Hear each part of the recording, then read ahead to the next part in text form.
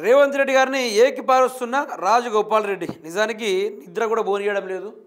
రాజగోపాల్ రెడ్డి అయితే ఆయన మంత్రి పదవి ఇచ్చేదాకా రేవంత్ రెడ్డి ముఖ్యమంత్రి పదవి ఆ కుర్చీని లాగేసేటట్టున్నాడు. మొత్తానికి చూసుకుంటే ఆయన ఏమంటాడంటే, నాకు మంత్రి పదవి ఇస్తారా ఇయ్యరా, నాకు మంత్రి పదవి ఇస్తారా ఇయ్యరా అంటే మంత్రి పదవి ఇవ్వడానికి మాత్రమే రాజగోపాల్ రెడ్డి ప్రజల దగ్గరికి వెళ్ళుడు, స్టంట్ క్రియేట్ చేసుడు అన్నీ చేస్తూ ఉన్నాడు.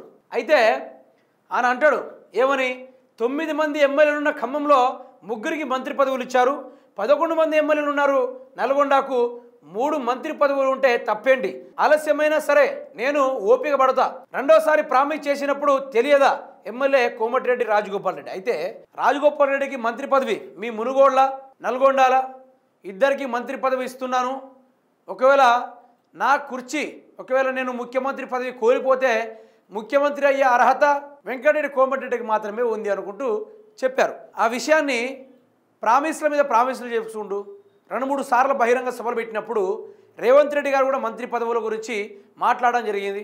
ఆ మంత్రి పదవి ఈరోజు ఎందుకు ఇయ్యరు, 9 మంది ఎమ్మెల్యేలు ఉన్న ఖమ్మంలో ఏమో 3 మంత్రులు, కానీ ఇక్కడ 11 మంది ఎమ్మెల్యేలు ఉన్న మునుగోడులోనేమో ఒక్కడే మంత్రిగా ఉంటాడా, నాకేం తక్కువ అనుకుంటే ఆయన మాట్లాడుతూ ఉన్నాడు.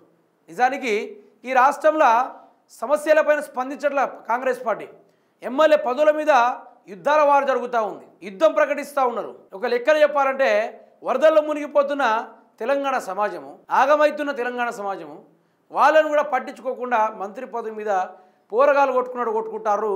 ఈరోజు ఉన్న కాంగ్రెస్ ఎమ్మెల్యేలు ముఖ్యమంత్రులు మంత్రి పదవుల పైన ఇస్తారా ఇయ్యరా, నువ్వెంత నీ లెక్కెంత అనే విషయం మీద మాట్లాడుతూ ఉన్నారు మిత్రులారా.